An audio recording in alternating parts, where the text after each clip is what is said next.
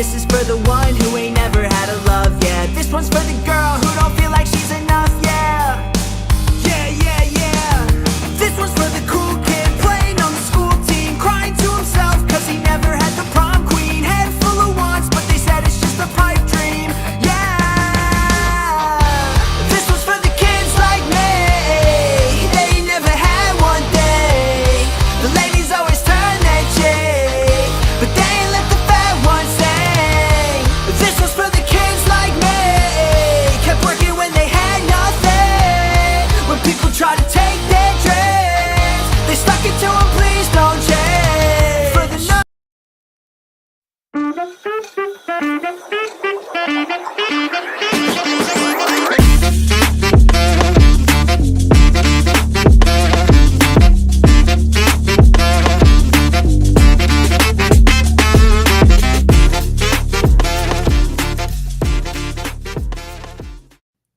What's going on, everybody? Welcome to the Alex Cuesta Show. How is everybody doing out there on this Wednesday, September 11th, 2024, episode 139? We're going to start off with the obvious. Today is September 11th, day that has lived in infamy since 2001. It's crazy right now that I remember where I was when this happened. A lot of people do. But we're getting to a point now where there are so many kids that either weren't alive or far too young to remember. So I think it's real important that shows like this and, anyone that's around or old enough to remember it, we keep reminding people what happened, that on September 11th, we were attacked by a deadly terrorist attack on our Twin Towers. 2 planes flew into us, killed over 3,000 people, and then we went to war over it. So we just got to keep in mind of everything that went on there. So just in memory of that, we got to keep that going. So let's jump in past that. But it is September 11th, episode 139 of the show. If you like what you see today, like what you hear, give us a follow, give us a retweet, whatever it is, repost, subscribe, all that good stuff on YouTube. Spread this word of mouth. That's the best way for this show to get bigger, is word of mouth. If anyone noticed, Dave isn't here at the moment. He's having technical difficulties. That's why he's AOL Dave, because basically he has AOL modem out in West Virginia, and it's like 56K over there. We're surprised he has it in West Virginia, if we're being quite honest. But Dave is having some trouble. He'll pop in whenever he can. He's just kind of reloading stuff there. But go find us at the Alex Cuesta Show everywhere. Last week's episode, we kind of rounded our little coaches series that we did, where 2 weeks ago, we had Coach Tommy Farrell from Manchester, my alma mater.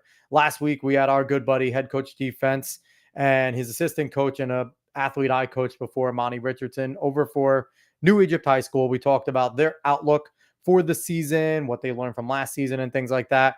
And they ended up picking up a win the following day after the show. So we're pumped for both of those programs to get it going. And since we're jumping back into politics today, I'm going to bring back up what I brought up a few weeks ago. The Epstein client list. Too many shows, too many people have forgotten about these things. The 24-hour news cycle keeps on shoving things like this underneath the rug. But I find it important that we don't do that. So I'm trying to bring it up weekly that we still have no answers for the Epstein client list. Last night, we had the debate between 2 presidential candidates. Wasn't brought up once. None of the moderators decided to bring up whether or not that list was going to be revealed public. Neither of our candidates decided that it was important enough to bring up whether or not that client list should be brought up to talk about the individuals and shine to light the individuals that participated in organized rape of underage girls. So I'm going to keep bringing that up until either the government comes after me or, we figure something out there. So let's see. Dave's back. Dave, are you good? Hopefully. I mean, that's up to you guys whether or not I mean, your camera looks better, but you looking better is always suspect. I mean, that's just not going to happen. No, I actually just straight up turned the Wi-Fi off just on my settings. Okay. And I think that'll help. maybe next time I turn on my computer into Ethernet, we'll still decide to work fine. Maybe. But I just got done doing our little preamble, so I'm happy that you're here. And we're ready to bring on the guests so we can have as little of you as possible speaking. So that's always a good thing. So I want to bring in our guest for this week. He's someone that directly affects me, and I'm going to bring him in first, though. So he is Stephan Krakower. He is running for the New York State 106th Assembly District against Democrat Dee Barrett. He's a Republican. What's up, Stephan? Oh. First of all, I want to thank you. Thank you for having me on your show. I really appreciate it. Especially September 11th. It is I guess it's a special / unique day. It's a day that I really wish we never remembered because it never happened. But you do remember where you were, and you remember how that impacted you and how it changed people's lives. I think you also what people forget is it brought us all together and as a nation and as human beings. And somewhere along the way, we've lost that, and we've forgotten that, and we don't treat each other as human beings the way we should. Yeah. So a lot of bad happened on September 11th, and then a lot of good happened when you saw how human beings just went to the site to try to help and do whatever they could, try to find people and try to help people, and humanity came together, and then our country stepped up, and we had leaders who led, and brave people who fought, and they defended our freedom, and they fought back. So I love this country. I love how we rallied from there. I sometimes get upset with how we've kind of just drifted away. People forget the sacrifices that people make. I think my father's generation and my grandfather's generation, they had to fight for their freedom. Our generation and the younger generation doesn't have to fight for the freedom. There's brave people that step up to do that. And we miss the value in that. We don't have that shared sacrifice as much. We don't have that same, everybody presumes that you have these freedoms and that they can do what they want with them. And they will trample the people that step up to fight for it sometimes in that process. And it's a shame. And it should be that September 11th never happened, but it should also be that since it did, people keep that in mind more than once a year. Yeah. And, and it's truly the last time we were probably unified, right? Because even before that, I think everyone forgets all the vitriol thrown at George W. Bush. Heard a lot of the same rhetoric from the mainstream media that you hear against all the candidates, right? Like he's every phobist and everything like that for a Republican.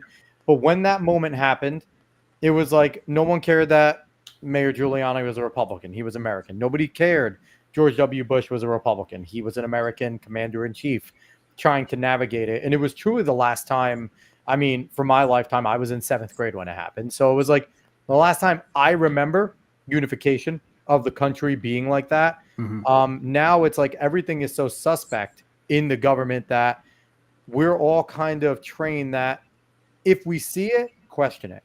Don't believe anything you see. Don't believe anything you hear. Now, Stephan, you're entering into the arena of a politician, and you're about to put yourself into that space of why should we believe you, right? Because, you have your family, you have your people that know you and know your values, but now you're trying to reach a much broader audience, tens, hundreds, thousands of people that you're going to be attempting to represent. So just give us your first pitch.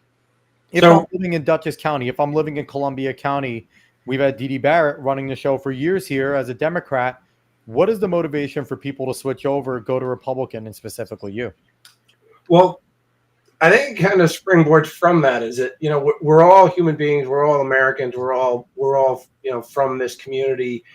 And I'm born and raised here. My grandfather and his brothers came over from Poland, and they had nothing, and they worked hard, and they got ahead, and they helped get the next generation educated, gave opportunity to their kids and grandkids.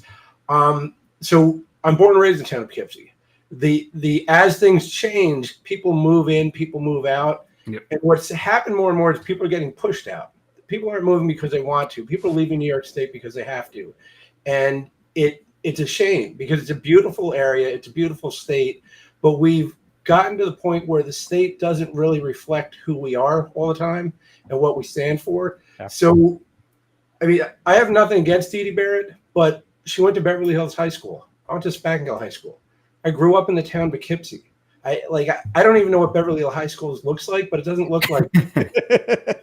And so, and I don't know that she knows. I don't know that she knows what Poughkeepsie looks like and what the people who grew up here and live here are really like. And so, we need a voice in Albany. We need a voice of reason. We need a voice. We need somebody that will speak for us, that will stand up and say what needs to be said when it needs to be said. I have friends. I have family. I don't need to go to Albany to make friends, and I don't need to go to Albany to try to figure out how to get along with the people up there and make myself more important and more, entrenched. I need to go all the way to Albany to speak for people. And my intention would be to go up there, stand up and say what needs to be said, whether it's comfortable or uncomfortable, whether it's pleasant or unpleasant.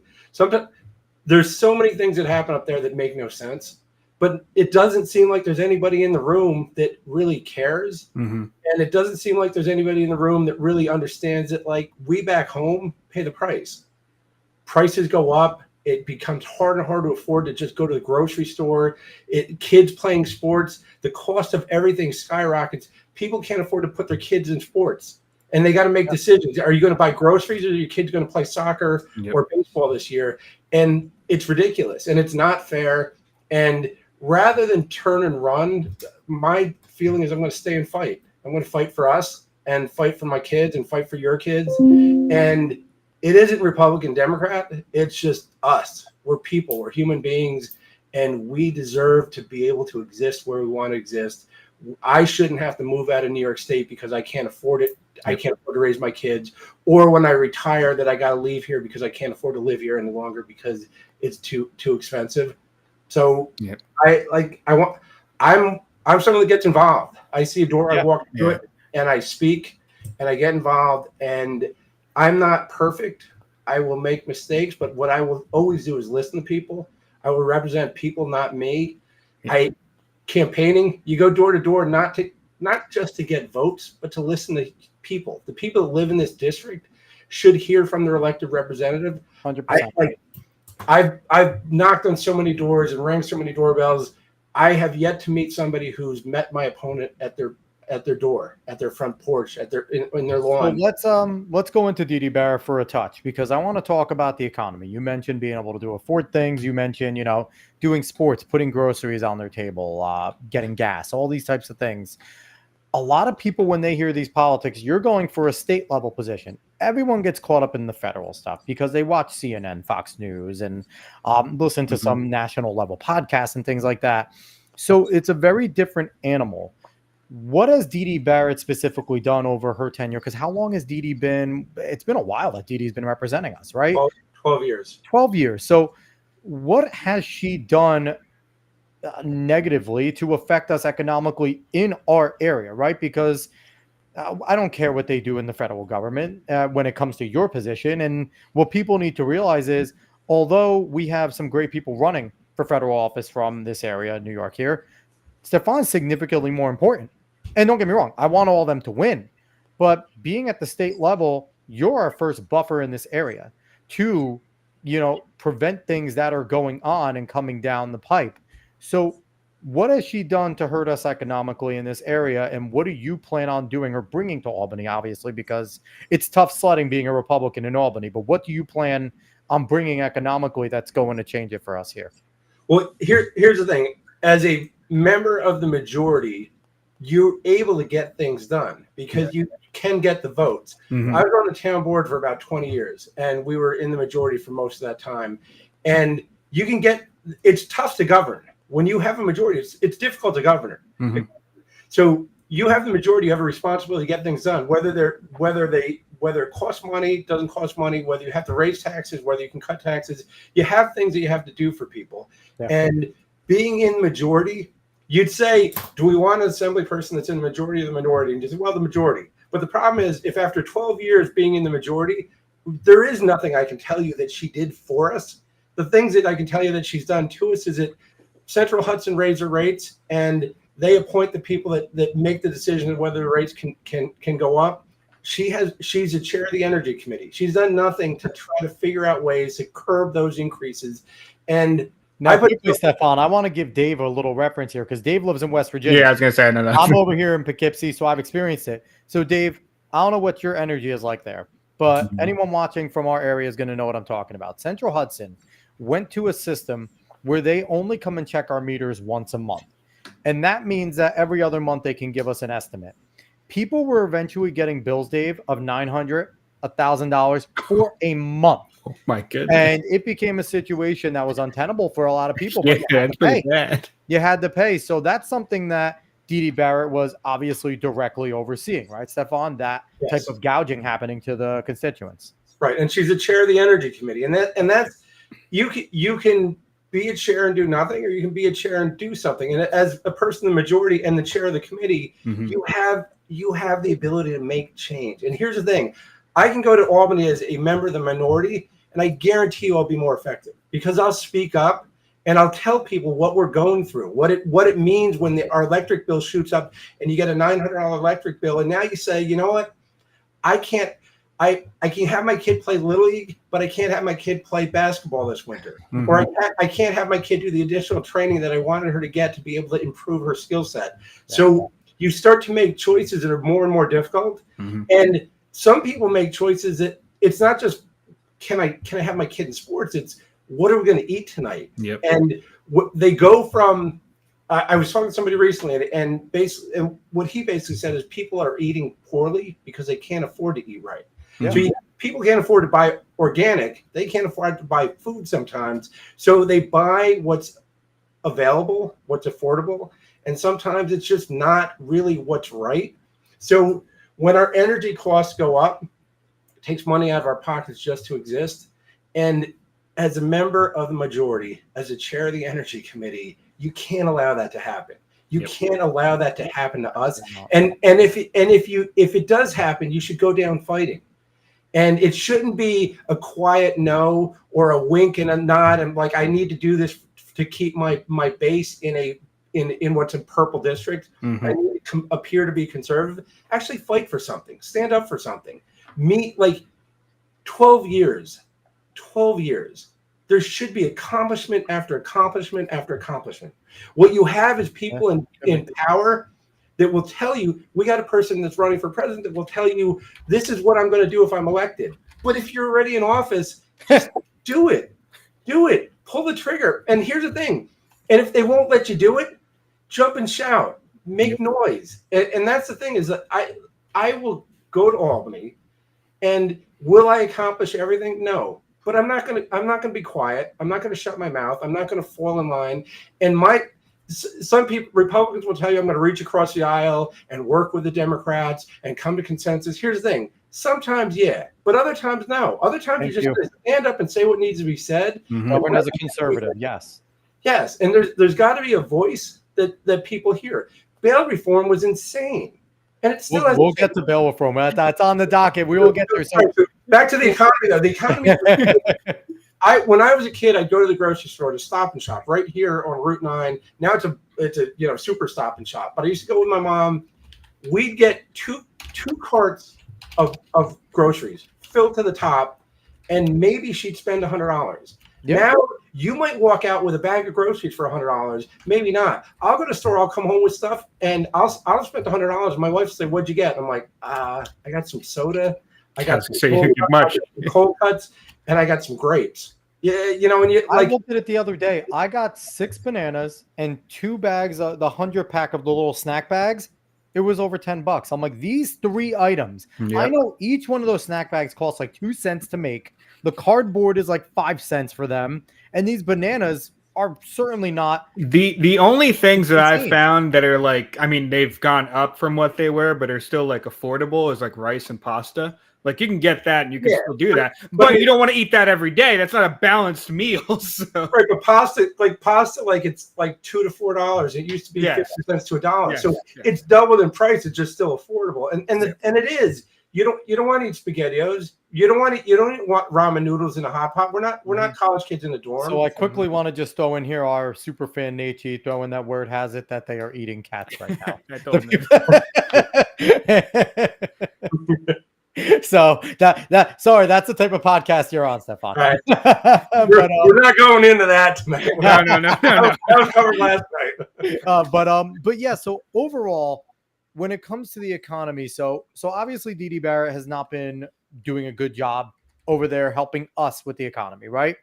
Now hopefully you get in there and you're still going to be in the minority for the moment. Hopefully we can rally in New York State, which is bizarre to me that we have the New York Young Republicans is one of the strongest youth Republican groups in the country. And the fact that we haven't been able to do much and flip this state more, like, in a better way is surprising to me. But you're going to go there and you're going to do your thing. If somehow we get the majority, one of the things that is a absolute thorn in my side, and I think a lot of, true conservative leaning individuals is Republicans are really great at being conservative when they know they can't get anything done. But when it comes to time we have a majority and we want to get things done, all of a sudden it becomes, well, we can't do that because then if they get in power, they'll use it. So what are the assurances that you could give us that you're going to stay you and you're going to stay governing the same way, whether majority or minority? So I have a track record.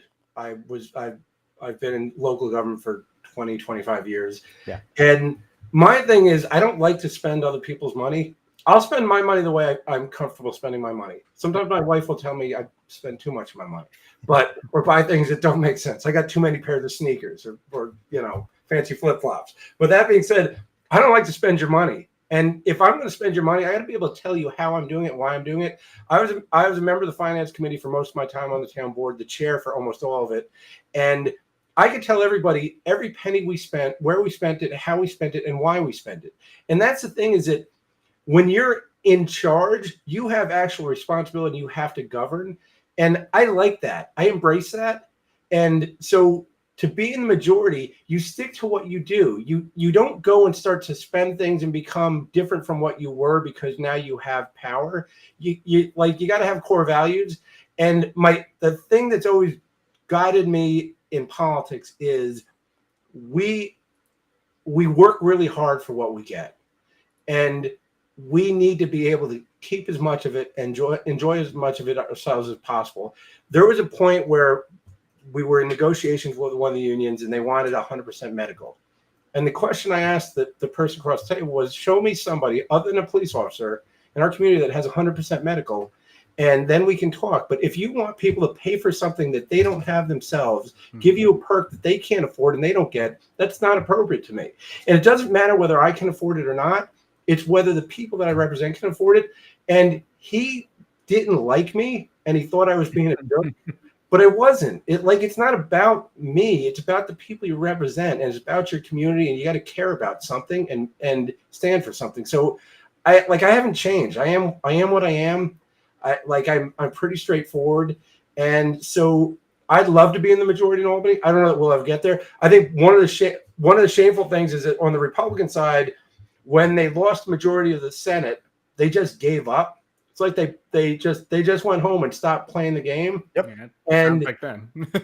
they lost the ability to check the craziness. Yeah. That's when bail reform came in and all these other things that came in that you said, you know what? It wasn't perfect, but there was at least a little bit of a filter when the Republicans had the Senate. Definitely. When they lost it, they lost it, and then they lost it big. And then they turned around as if they could never get it back. And sometimes they don't really fight for the things that matter. Each district, each candidate has got to fight. And eventually you gain ground. And I do think that there's a certain point where it starts to turn. I do think society's got to turn a little bit right now because voting records matter, right? Even if you know you're going to lose, you bring that bill up, you vote on it, you make the other side defend it so that next time you're coming around, or even if a fresh face comes in and they can point and say, hey, this Senate in the minority proposed X, Y, and Z. They all voted. The Democrats all voted against it. This is what it would have done for your community. I'm going to go in and try and do something similar. Vote me in. And that's, the battle there is, like you said, if you give up, now all of a sudden you're basically ceding that, well, the Democrats were right all along. We might as well not fight. Let's just give them what they want. Right. And Alex and Dave, the one thing I've never done is voted present for a vote, because you're not the Alexander Ocasio-Cortez. You're not on the floor and then vote present when you're there. You're not elected to punt. And I've had, even on the town board, I've had time for people they'll abstain. And my thing is, if town board, you have 6 wards. If one person abstains, that chunk of the population is not represented in that vote. So if it is a conflict, it is a conflict. But when you don't vote on something, when you don't run it up the flagpole, you're not representing people. So you take a stand, you take a position, and you justify it. You over time you can evolve, and that's fine. But you do have to take positions, and you do have to vote. And there is value in running things up the flagpole, not just to make people uncomfortable, to show people that this is the right way. This is what we should be doing.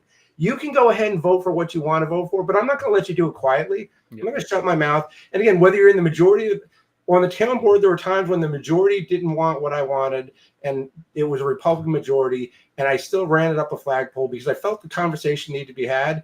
And there'd be a conversation behind closed doors. I said, no, we're going to go out there. The best thing that ever happened was we started televising our meetings. Yeah. Everything you do should be out in the light of day. Let people see what you're doing, see what you're saying. Yeah. Don't be afraid to take a position and speak. And when you get in, if you have anything, and I'm saying if because you're getting in, we're going to make sure that freaking happens. But when you get in, if there's ever anything you're battling for and you want to get the light of day, I don't care what guest we have on. We'll let you pop on, do a quick 15-minute hit or whatever it is, get your voice out there. So now it can, we don't have millions we connect to, but has the ability to get to millions from here. And I appreciate what you do, because the news sources and the sources of information have gotten smaller and smaller and smaller. And the problem is the news, when growing up, the news reported what was happening. Now they create what's happening. And the broadcasters maybe leaned left, but they did a good job of couching it, right? They didn't bring it out to light as much. Now, if you don't have a lean, you're not, they won't put you on TV. It's just lean terrible. If you don't have a full-on falling over to the one side, they don't. But it's become entertainment. It's not news. Yeah. And the problem is a lot of people still don't seem to understand that, and they don't get it. And if you hear a quote and you don't go to the source and listen to what they said or read what they wrote, it's usually taken out of context. Yeah. And the lean is not like it's way more than a lean. And it's unfortunate because we should have independent sources of information. We don't even really have a local newspaper anymore. The Mid-Hudson News, sort of, the Poughkeepsie Journal, not really. There's no local news source. So people locally have no idea. They have no idea. And we have Tom Sipos on WKIP in the morning. Outside of Tom, it's really no great source for the Hudson Valley. Funny though, because even if you want to take it out of politics, because everything news-wise has become entertainment. If you want to take it out of politics and make it even simpler, look at SportsCenter, what it used to be on ESPN. Was great. It used to be straight up highlights and news of what's going on. Then all of a sudden, First Take comes out, and now everything on ESPN is just two guys jabbering about, making the biggest hot takes possible for entertainment's sake. Yep. Similar thing happened there as to what happened in news sites, except news sites are completely politicized and now either far left or far right generally. So, Stephan, I don't know this answer. Is what goes on in the New York State Assembly and Senate, is there a live stream anywhere for those, or are they closed doors? There is. There is on the votes and things like that. But really what you still get, I think, in Albany politics, it used to be three guys in a room. And I still think that's what you're kind of getting up there. And I don't know that we have enough people on our side or either side that is standing up and saying, like, yeah, this isn't correct. And again, that's what I say. I don't need friends in Albany. I need friends in Poughkeepsie and Dutchess County and Columbia County. So when I originally ran for the town board, I promised people that if you elect me, the one thing I will be is honest. And that's the thing is I've always held true is that I'll be honest. There'll be at least one honest person in the room, and that will make the rest of them, at least while I'm standing in the room, either be honest or curb what they're trying to do. So I think we need honest people in Albany. We don't need politicians. I understand politics, and I know how to work that. I know how to work the politics of things, and I know how to work with people. And it's not that I'll never reach across the aisle. It's not that I'll never try to get things accomplished. There are things that, some of these issues, if somebody reasonable had stepped in and said, hey, here's some things we got to think about, and here's some better ways to do this, and you present good ideas and let them go where they should go. I've always said, I don't need to cut the ribbon. I want to see the ribbon get cut. So I want to see good things happen and accomplishments occur.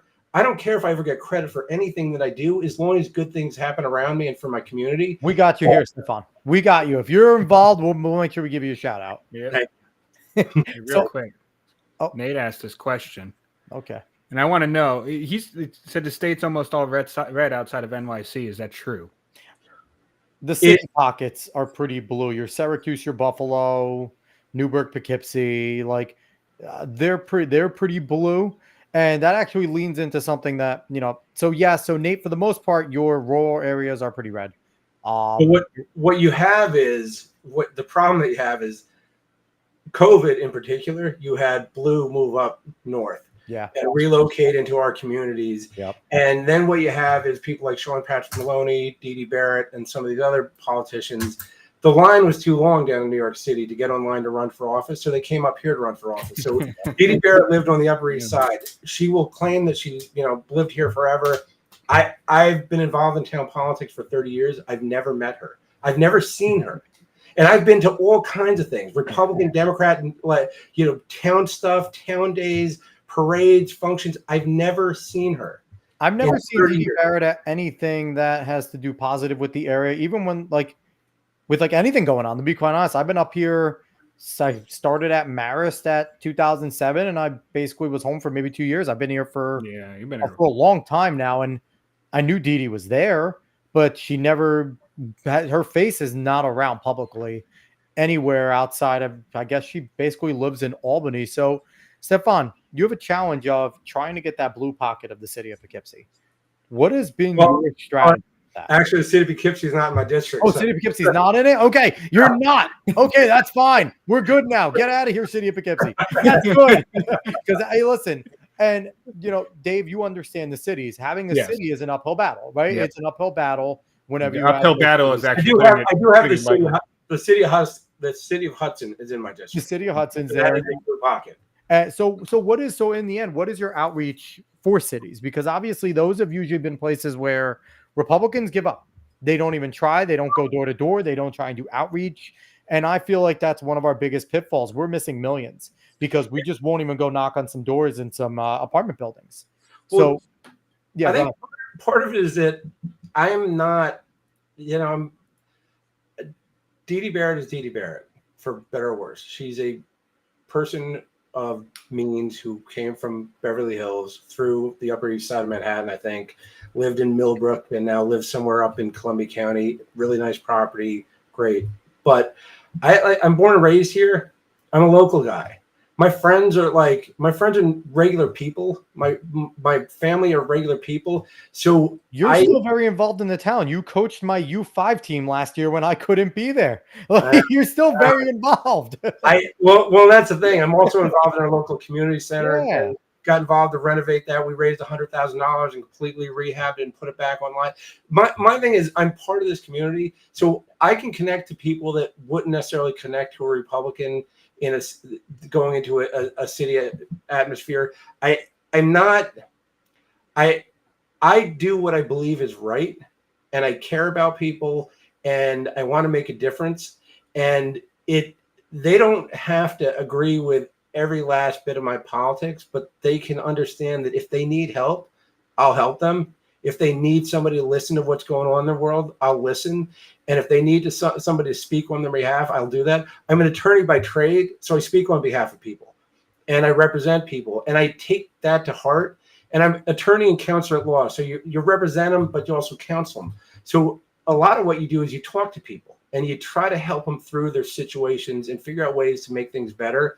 And whether it's a way to solve their specific problem or a way to get legislation passed that will help a larger group of people, as an elected official, you have to connect to human beings. And that's where you knock on the door, you ring the doorbell, and you talk to them. And like I said, of all the doors I've been to, none of them have ever had a knock from Dee Barrett. And the problem with that is that, is she too busy? Is it something that's beneath her?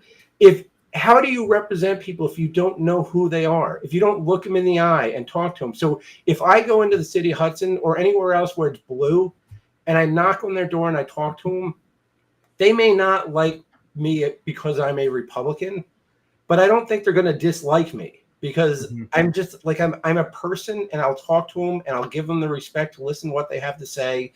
They will have a point of view and I will have a point of view. I'll be honest with them and we'll work through it. So I think the more people that I have the ability to connect with, the more likely it is I'll get their votes. And that's really what the struggle is here. If I can get enough people that see me and talk to me and hear me, I think I can win this race and represent the people of Dutchess and Columbia County in a way that they haven't been represented before, where it's us. And we have a voice, and it's not me. And I'm not trying to like be a big shot in Albany or like play politics because I got nothing else to do.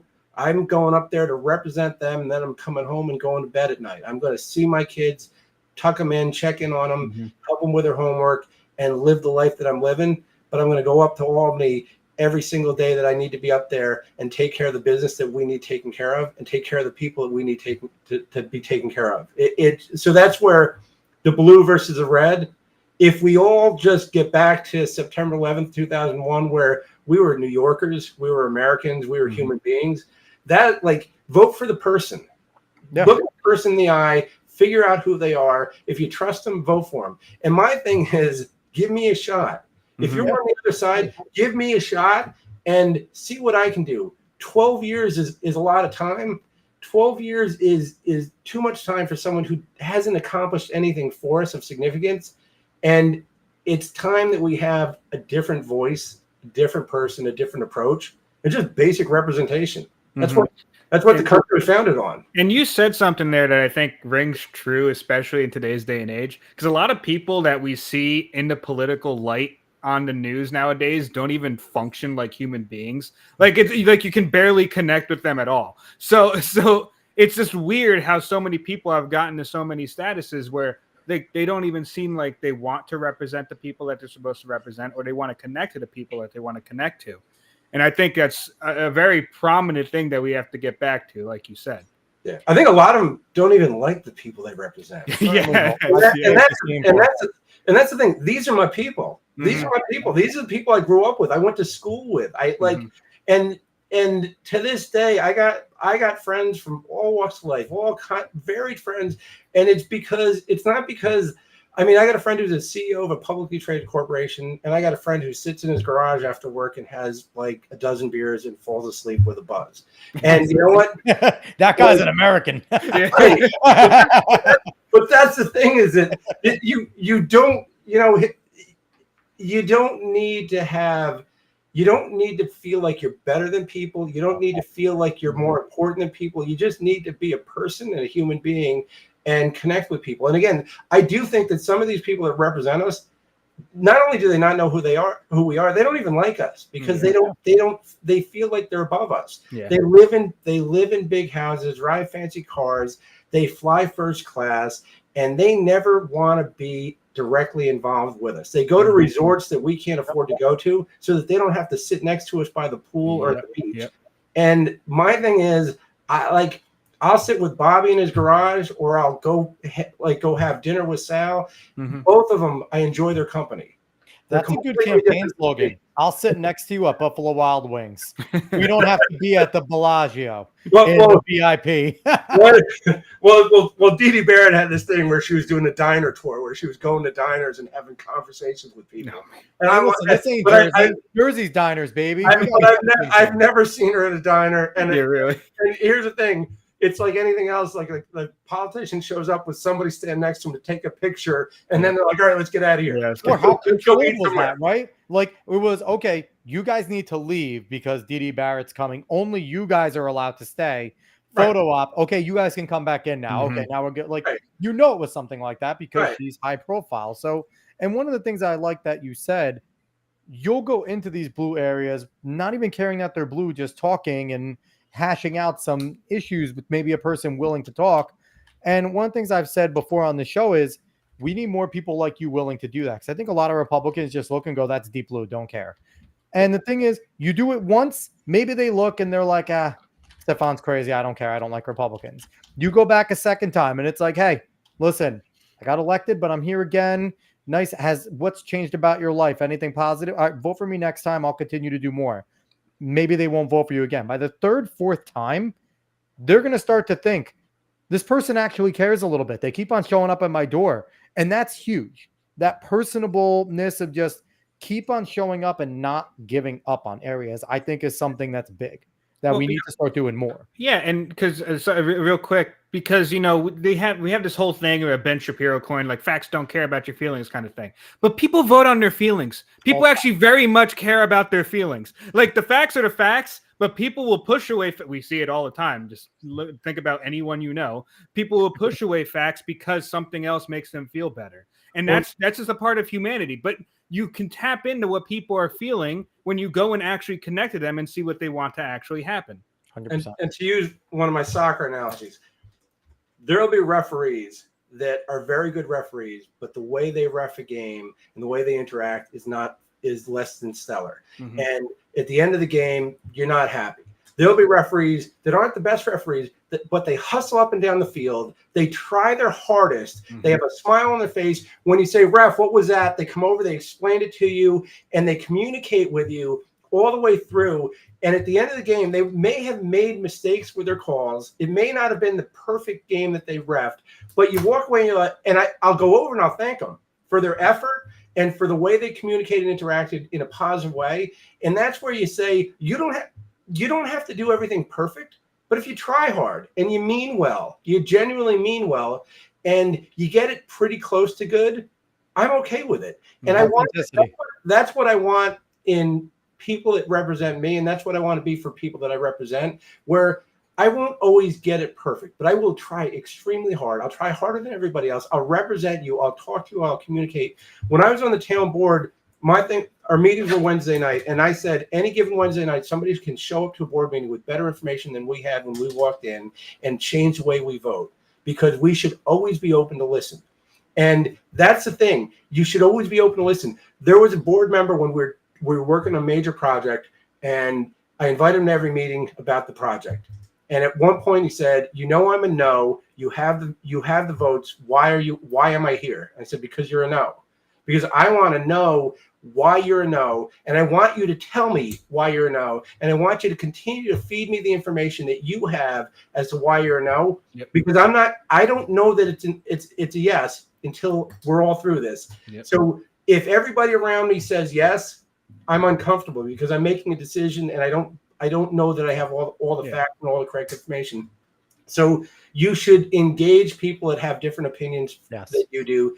You should listen to people that want to say something contrary to what you have to say.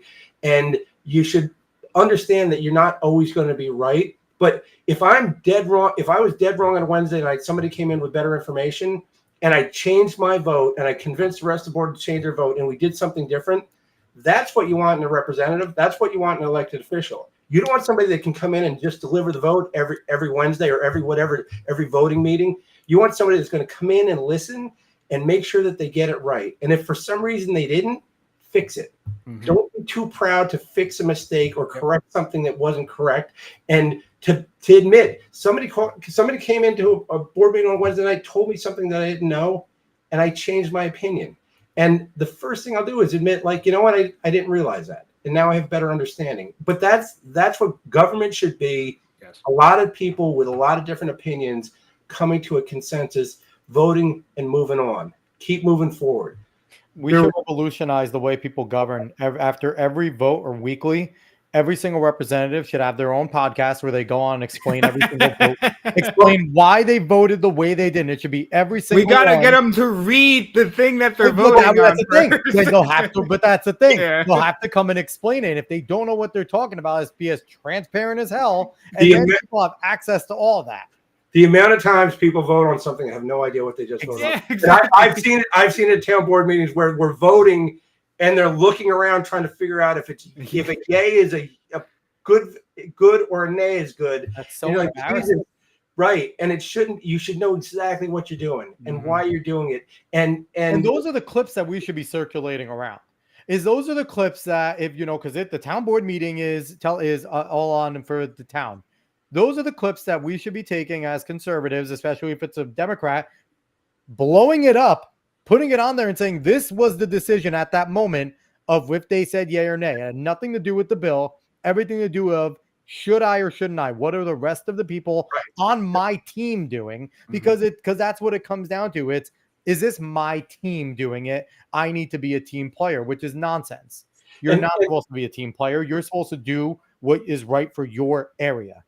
And the team player, there was an issue. Dominic Seminario was a councilman for the second ward years ago, and he and I were polar opposites on an issue. And we fought and clashed over it for about 6 months. And at the end, we were sitting in a meeting, and Dominic realized it was cutting my way. And Dominic said, everyone gets up and walks out. Dominic comes over, shakes my hand, said, "Congratulations, I hope it works." And he put the sword down. And he taught me a lot in that moment, because I was so used, when I was younger, I was so used to, you're fighting for the cause. You're fighting for the cause. You're fighting for this. And he showed me that you can fight and you can push and you try to make the result better. And then you go out and you work as a group and you continue to govern. And it's not petty. It's not personal. No, you can have a position, but you can be a team player and disagree with me 9 out of 10 times and still be a team player. Because that's different though, because he had something, he knew what he was arguing and he had a position. So his difference there in, okay, I argued my position. Everyone else favored this. I'm going to get along to keep along. Right.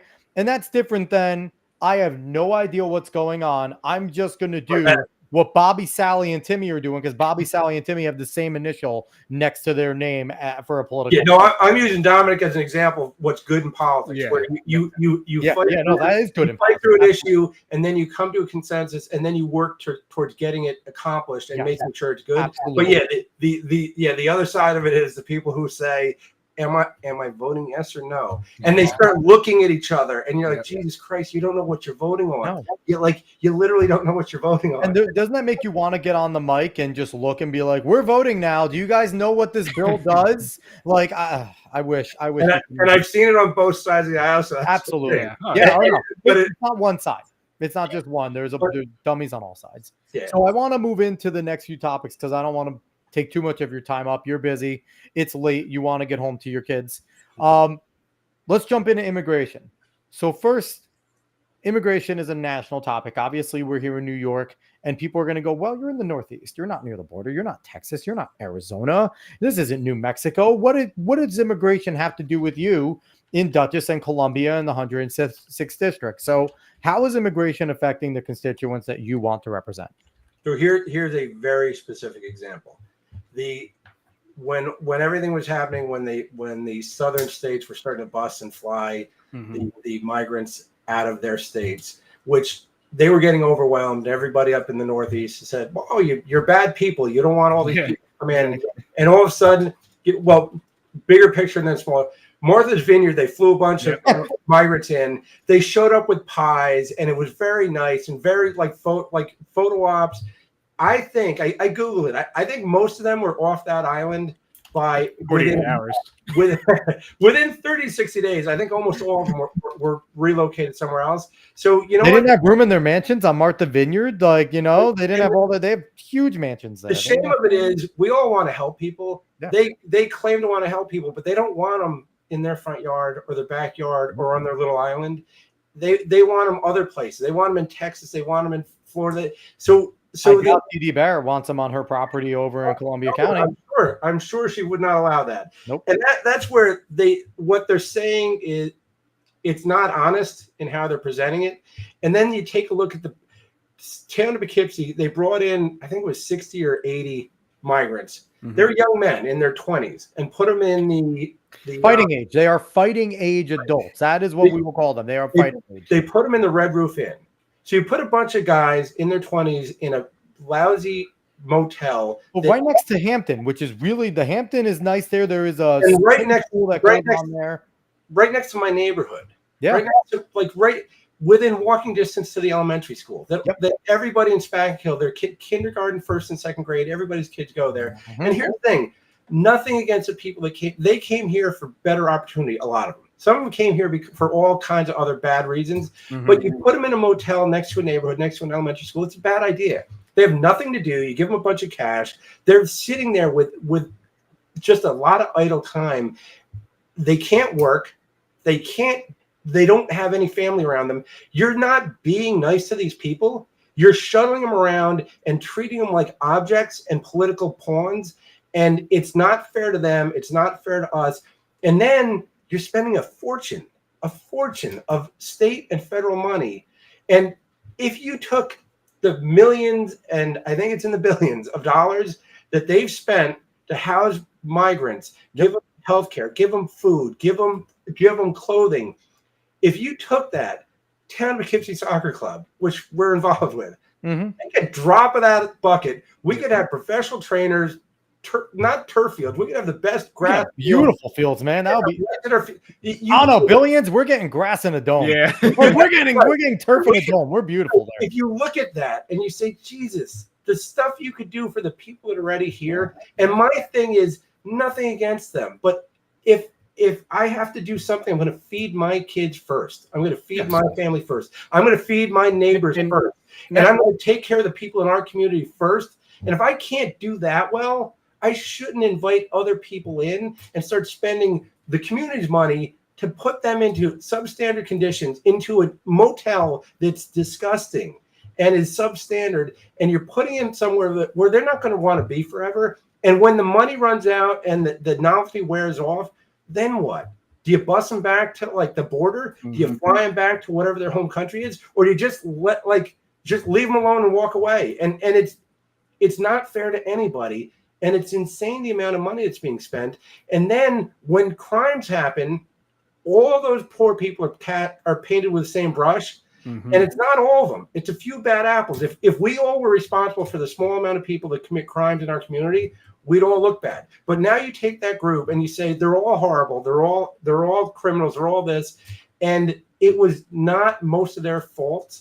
They came here because they thought they'd have an opportunity. They opened the borders. New York State said, "Oh, we'll take them. We'll take everybody." Yeah. We can't afford the people that we have here. Why would we take everybody? So I'll say this, Dave. Y'all let you make your point after, but Stephan's being nice. I don't have to be as nice, and this is going to bite me in the ass when I eventually have to run. When I do want to run. You don't have to say what you're going to say. I'm not going to be nice about this because here's the thing.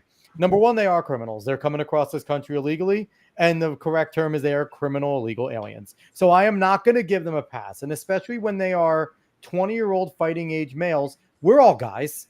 If we were in our 20s, had nothing to do, what are we going to do? We're going to go cause mischief. We're going to go do some dumb stuff, and we're going to create problems because guys, we adventure. And when we're bored, I don't want a bored, idle 20-something-year-old male near my daughters. I don't want a bored, idle 20-something-year-old male near any of the young ladies, whether it is my daughters who are younger, high school, college age, near any of them. And I mean, this may be heartless. I don't care if they came here with good intentions. They don't belong here. There is ports of entry that they need to be. And don't get me wrong, the Biden administration, Harris administration, whatever you want to call it. I don't know if Biden's there anymore, but he wore a Trump hat today, so good on Biden. But the administration is inviting them in. They are getting flown here because one thing Albany has signaled is we want them all. We want them all. Albany has signaled that we want them here. But at the same time, I still do not give them a pass because they don't belong here. And I know you have to be a little bit better. You're trying to get to Albany to solve the problems there, but I can say it. And eventually when I do run for political office, they're going to play this and be like, get the hell out. But, but overall, like the thing is, it's a crappy problem for you as someone who wants to represent this area to have to jump in and tackle right away. Because the issue is they are here. They are here. And that is going to be something that's going to be your problem to deal with from day one that you get in there. Sorry. So, Dave, go ahead. What do you? Real quick, because I've already said a bunch of stuff on immigration on the show before. So, but this topic always pisses me off because one of the things that you said, Stephan, right in there is you said the morally right and the natural thing as a person to do is I'd rather feed my family and whoever else around me that I know first before I do anything else. And that is just a correct thing to do. There is no real gray area in that matter. And the thing is, when you invite people in and you tell people, oh, you could just come here and we'll give you cash and we'll give you a place to stay. You know, you could do whatever you want to do. You could find a way to do whatever you want to do. it's the most immoral, reprehensible thing you could do, not only to them, but to the people that you represent, to anyone in that area. It's ridiculous. And it always bothers me, this topic, because there is a way to have good immigration, legal immigration. Obviously, we're a land of immigrants. But what has happened for a while now, and what is kicked up ever like since 10 years ago, it has been insane. And any sane country and sane area would just say no to a lot of these things. So Stephan, so when you get in there, what is your plan that you're bringing to Albany to try and curtail what we're currently seeing with, the spread of illegal immigration all the way up to where we are? Well, the border's gotta be closed. Can't really do anything about that. Even if it's temporarily, permanently closed, maybe not forever, but even if it's a temporary, got to be controlled. We got to stop inviting people in that we can't afford it. If you can't afford a house guest, don't invite them over. Mm-hmm. We can't do this. Mm-hmm. And the other thing is, we got to also push the idea that we need things. We don't need the dome, the retractable dome necessarily for our soccer club. Yeah. We need things. We really need things in our community. Yeah. There's things that there's got to be priorities here that we focus on, and somebody's got to stand up and say, you know what, great. Once we pay for all these things, you can start accepting people into our state and start giving them free housing and free everything else. But right now, the people that we have here don't have adequate housing. The people that we have here have to struggle to get their kids an education. The people that we have here have to struggle to pay their mortgage. So until we can take care of our own, somebody's got to step up and talk about the priorities that they have in Albany and prioritize the people that are here before they prioritize people that are just coming through the door. And I don't know what the plan is, but there's also got to be an exit strategy where you brought these people in. What are you going to do with them? Don't tell me what you're going to do from now through December. Tell me what you're going to do from now until the day that they either get citizenship, get a job, pay their bills, or head back home or head somewhere else. Explain to me what you're going to do. There's got to be a plan of action and an exit strategy. How do you got us into this mess? How do we get out of it? And what are you going to do for us and for them? And again, it is like the majority of them are human beings that deserve something. Some of them are criminals. But no matter what, you got to figure out what we're going to do with these human beings. Where they're going to go. You can't leave them in the Red Roof Inn on Route 9 in Poughkeepsie from now to the 20-year-olds can't retire on public assistance here in Poughkeepsie. They should have an opportunity to go somewhere and do something with their lives. Right now, we're shelving them while we play political games. We got to step up and say, we have priorities. We have things that we have to do. We have bills we have to pay. We have people we have to take care of. Let's do that. And in the meantime, figure out what we're going to do with these people and get them to somewhere that's a more permanent solution to their situation. And also, I'm a lawyer. I follow rules. I like rules. So the immigration rules, if you don't like what they are, change them. Yes. But in the meantime, we follow the rules. Yep. And most of what was done in the prior administration, this administration, the rules haven't changed drastically. No. It's just the enforcement or non-enforcement of them that's changed. And my thing is, don't not enforce the law. If you don't like the law, change it. Otherwise, enforce the law. If you don't like the speed limit, raise it or lower it. If you don't like the zoning laws, change it. But to not enforce something because you feel right now we don't want to do that as a policy matter. Change the law if you want to change it. Get enough people to vote for it, and then do that. But in the meantime, enforce the rules that we have. Enforce the laws that we have, and that's a basic thing, and that will get things under control. But we have a government, federal and state, that doesn't enforce the rules that are on the books, and that doesn't make any sense to me. Nope. As a lawyer, as a person, when we're playing a soccer game, I understand the rules. I tell my kids to play by the rules. If the referee's good, they enforce the rules. Everything else works out. Everything else works out really well. When someone doesn't follow the rules, that's when everybody gets upset. The referee makes mistakes. The other team doesn't play fair. People get upset. But if everybody follows the rules, you play a game, and if you win or you lose, you're like, okay, that's the way it is. Yeah. In life and in government, we have rules. If we all follow the rules, we're okay. Yep. We don't, and if they want to change the rules, they have to have a conversation of it. Don't sign an executive signing a piece of paper saying we're not going to follow that rule today. Exactly. And that's a dictatorship. Yep. So I propose that we build a wall around the 106th district. You spearhead that. I'll start getting the contractors. Let's do it. Here's what I propose. We just make the 106th district so good and such a shining example of the way it could be that like people that want to be here will be here. People that don't want to be here will go somewhere else. But we'll be an example of how you do it right, how you get it right. And my thing is always, I'm not going to be here forever, but I want to make it. I want to leave it better than when I found it. Mm-hmm. So you go in and you work to make it better, and you work to improve it each day, and each effort, each issue, you work to make it better, and you move the ball down the field, and we're all better off. So that's the thing. 106. We don't have to build a wall. We just got to make it so good that they can't screw it up. They can't screw it up if we make it good. This is my audition to like join Stephan's campaign, and now he's like, get this guy as far away from my campaign. I'm gonna walk around being like, Stephan's gonna build a wall. Yeah. You want to come work? You don't have a job? Let's get a brick. Let's go. Let's build a wall around 106. So, the last topic I want to jump into, you mentioned it a few times, bail reform.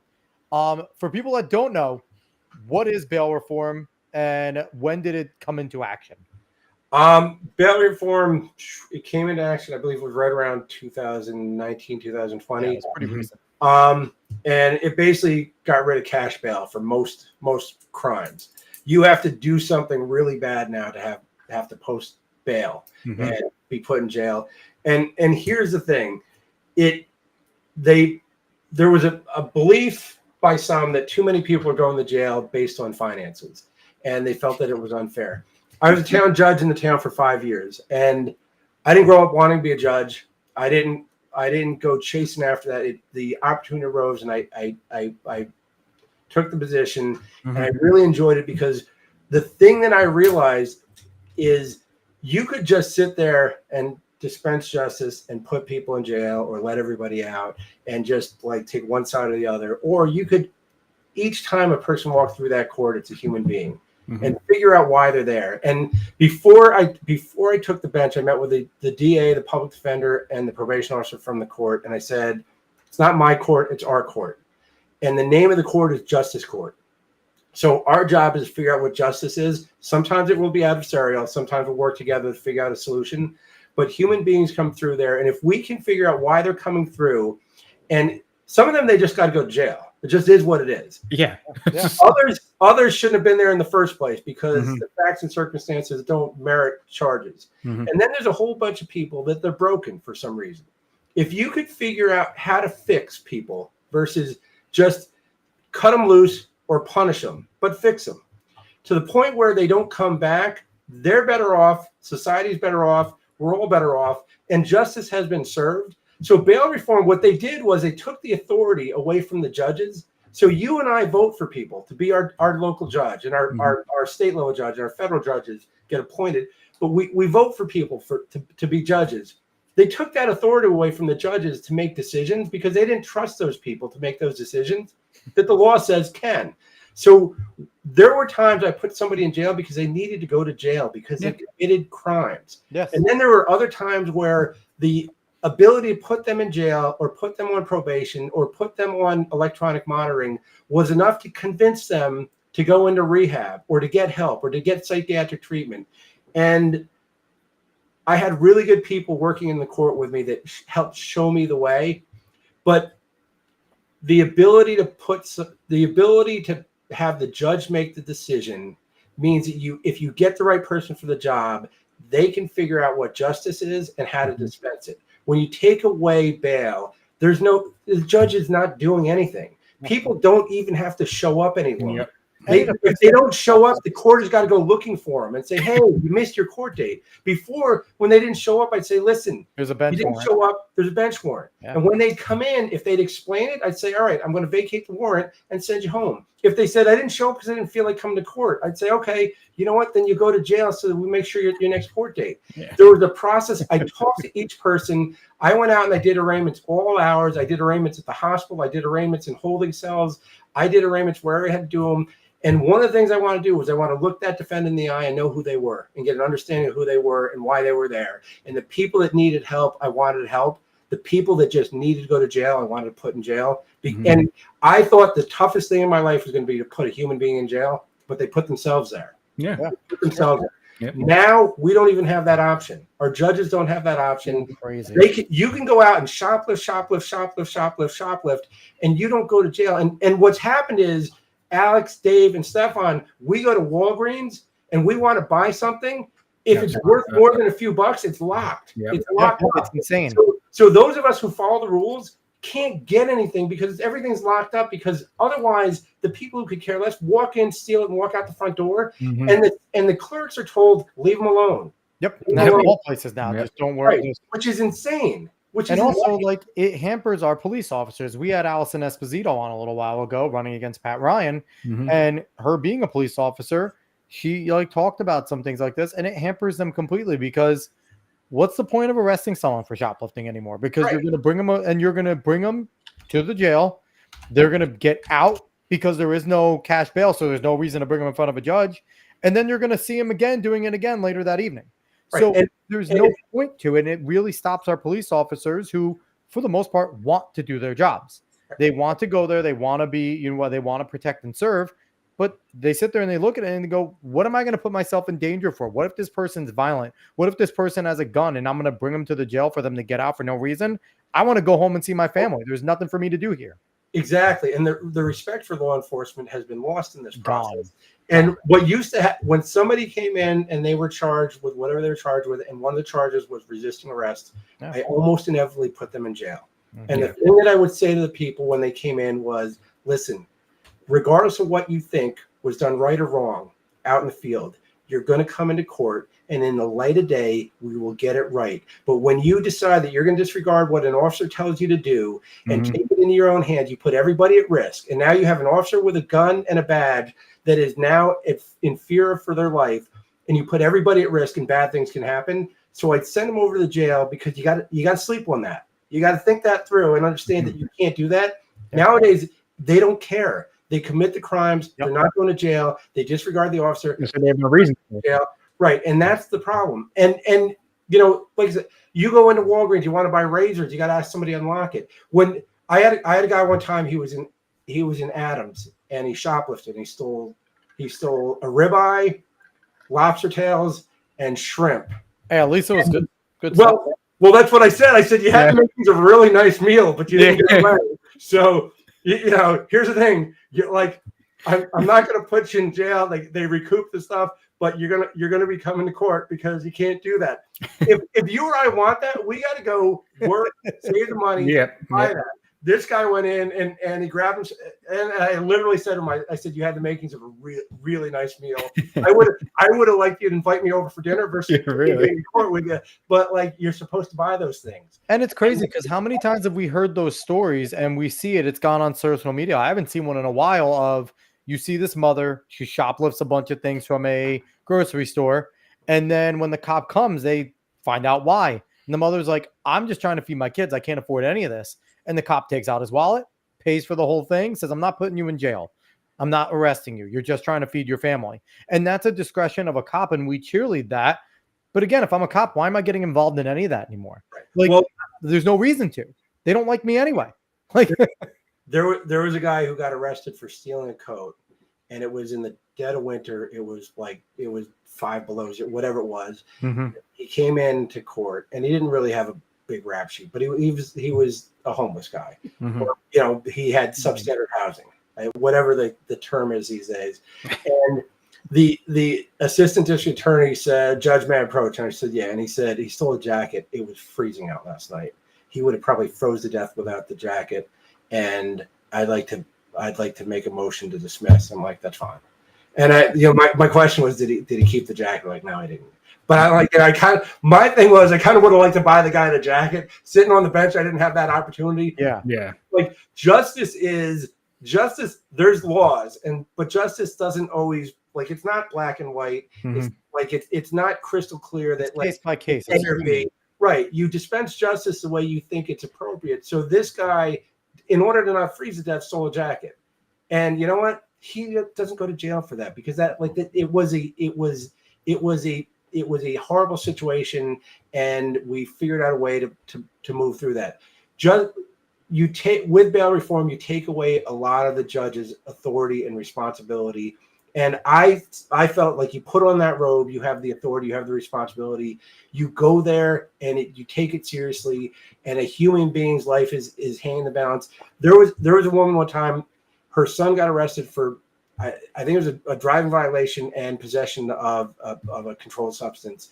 And the mom was there. It was after hours. She's crying, and her son was probably in her like mid-20s. And after I sent her to the jail, I went over to her and I said, "Are you headed to the jail to bail him out?" She said, "Yes." I said, "Do me a favor. I said, let me ask you a question. Has that worked?" And she said, "What do you mean?" I'm like, "Has bailing him out of everything worked?" She said, "No." And I said, "All right, do me a favor. The probation officer in my court, Lori Mikas, was a phenomenal person." I said, "She will meet with him on Monday. It's Sunday. She'll meet with him tomorrow. Give her the opportunity to meet with him and figure out a program to try to get him back on track. Don't bail him out yet. He'll be okay. He'll be there overnight. He'll be okay. We're going to be back in court on Monday. I won't leave him there forever, but give us the opportunity to do something different here." And she didn't bail him out. And the case resolved probably about 2 or 3 months later. He went into treatment. When he came back in, he looked like a different person. I don't know where he is now, but at least for the moment, we helped the human being get back on track. You attempted reform. You attempted true reform on a human level, which, again, is why people need to realize, I preached it on this show before, all that stuff, Kamala Harris, Donald Trump yesterday, Joe Biden, even as much as I loved our interview with Allison going into federal, none of that stuff matters to us here in the grand scheme. It matters, but not more important not as directly trying to do, Stephan, in a state level, not more important than what you were doing at the town level as a judge. Those are the things where you're seeing these people. There's a chance you might have seen these people in your community a few years down the road, right? As a judge in the area. So it's like there's that. So you have that there where you're looking, and it's not just a face that I'm supposed to represent. It's this is my neighbor. This is my community member. I want this person to get better because this benefits my whole community if this person reforms.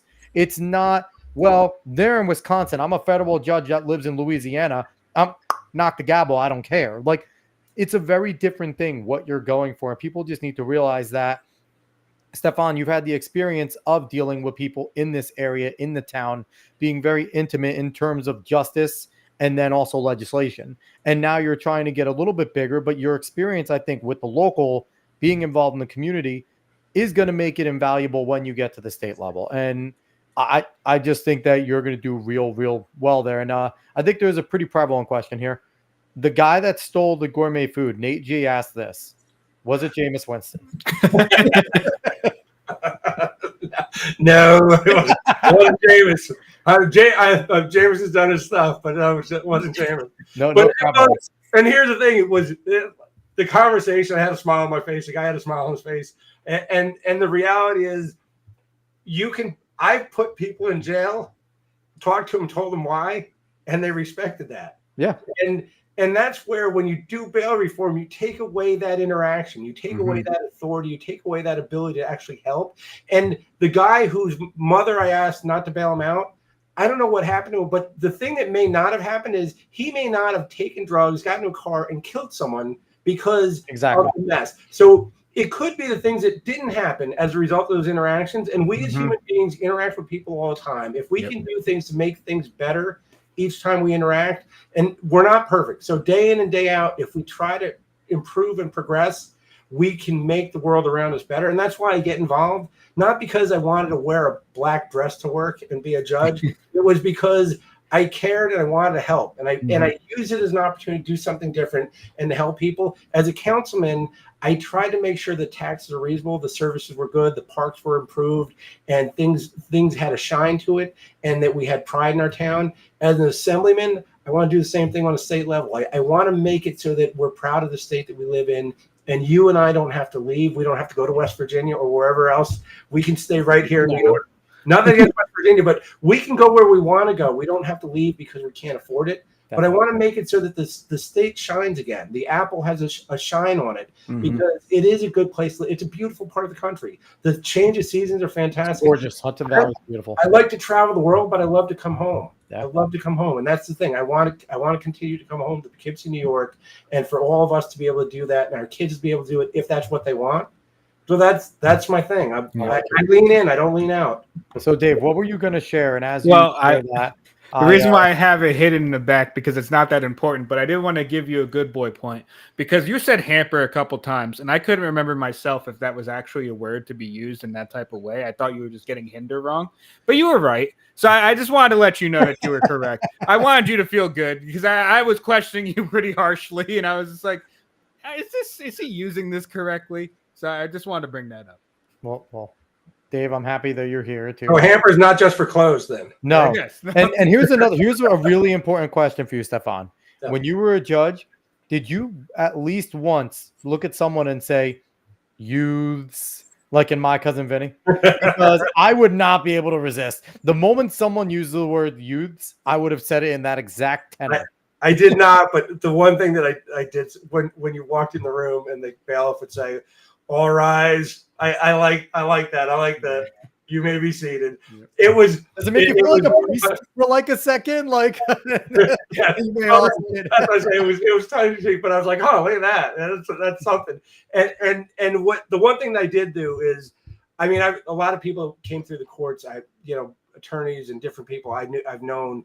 So in the court, they called me Judge of Your Honor. But when we left the court, the attorneys, the district attorney, when we be in chambers or wherever, they call me Your Honor. I'm like, listen, my name's Stephan. You feel free to use that's my name. That's what it's always been. Mm-hmm. I get the title when we're in public, but I'm who I am. And that's as an assembly, as a judge, as a councilman, hopefully as an assemblyman, I'm still going to be Stephan. I'm the person that I am. I don't take the title more serious than it is.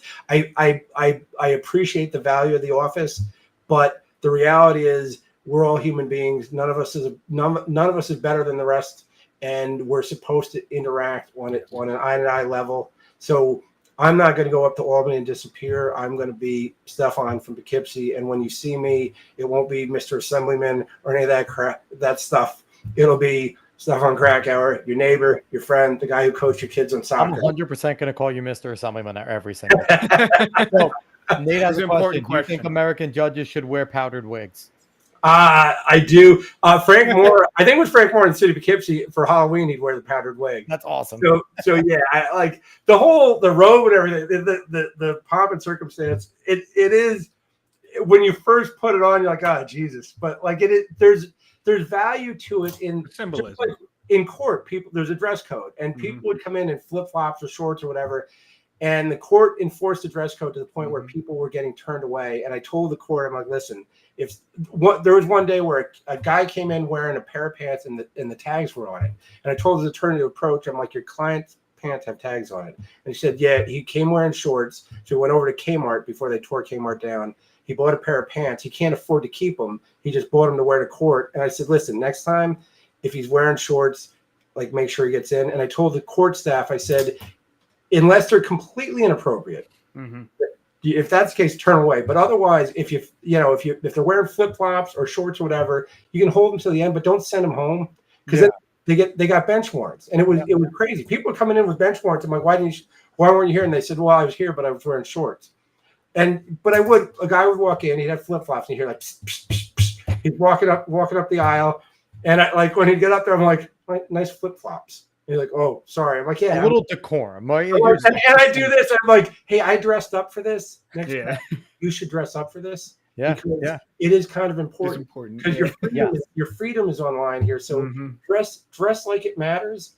But I wanted to make sure that there was justice served. But I do like the wearing the powdered wig, the pomp and circumstance. There's value to that. Just police officers wear uniforms. There's value to that uniform. We should continue to value it and respect it. Well, if a doctor walks in and he's wearing like a team T-shirt, some shorts, and like some khaki shorts, a button up, and like a hat, like you're gonna walk in and he's like, yeah, I'm about to cut open your knee, and you're just like, no, what are you doing? Like, get out of here, bro. Like, who are you? Like, there's something to be said about wearing that white, like, all the stuff that the doctors wear, looking professional. And the clothes aren't so important, but the respect for the position and you're supposed to look like you're supposed to look like you represent people. The town board meetings, I had an unofficial dress code, and people would come in. You couldn't wear a polo shirt. I said, wear a shirt and tie. Look like you're supposed to be running the town. Give the people the impression that we should be running the town, and dress appropriately. And it wasn't just because how you dress is important. It's just that have respect for the position. Don't come in in a Hawaiian. One off, fine, but don't come in a Hawaiian shirt, or don't, look like you're supposed to be representing town. Look like you're supposed John to. Fetterman would not have gotten into your town. But look like you're supposed to be the doctor who's been cut into my knee. Yeah. Hey, listen, John Fetterman's become the most base Democrat in the whole entire. Well, I couldn't believe that he was running and got elected, and now the more he speaks, the more I'm like, geez, like. I wish there were more Republicans that took his right. Yeah.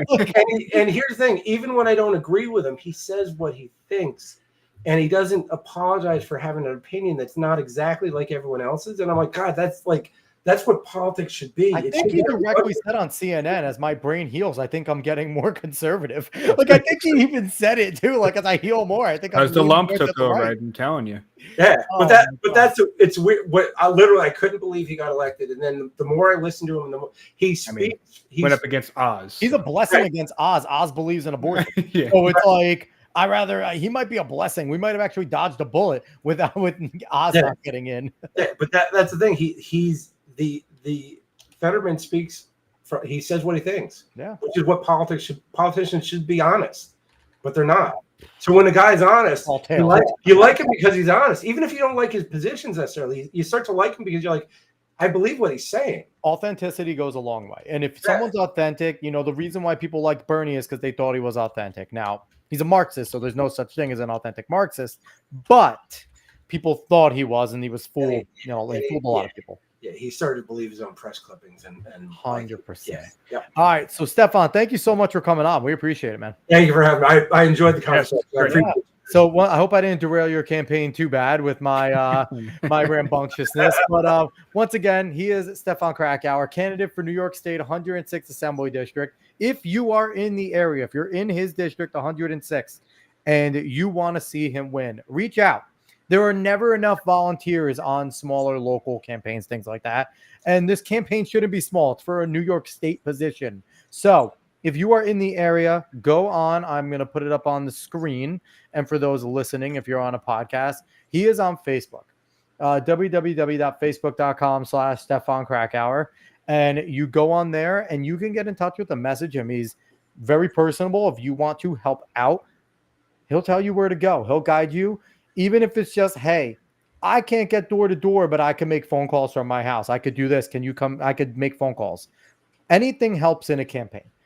If you could donate anything you can. Money is always at a premium with campaigns. So please donate.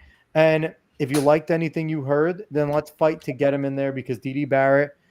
Dee Dee, if you are listening, you are more than welcome to come on the show as well. Yeah. I would love to have you on. I would love to talk to you. I'd love to hear what you have done for the community. If you have done things that I don't know. I've been in Poughkeepsie since 2007. If you have done things that are positive, you have done things. You've done things that are positive for our community. Come in and tell me. Talk about it. Let's do it. If you can get her on, I'll come on. I'll debate her. I would love to have her. Oh, that'd be interesting. I don't want to scare her, Stephan. I want her to come on the show.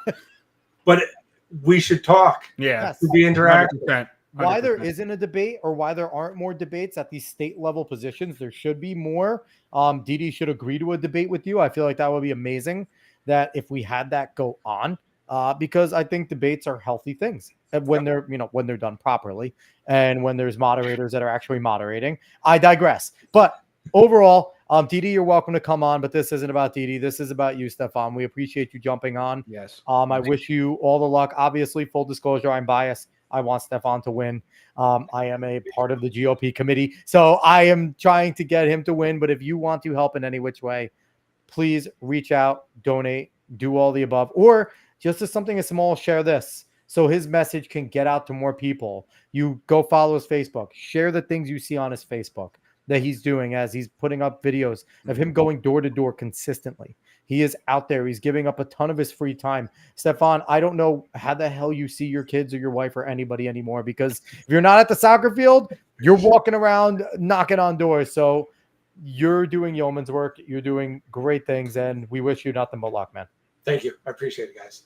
Thank you. So we appreciate everyone that's been watching. We appreciate everyone that listens here.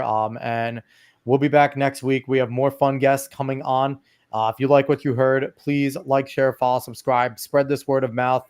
And we'll be back next week. Dave, you have anything else to say? No, It great doesn't time. matter if you Oh, have. man. I had to do it. All right.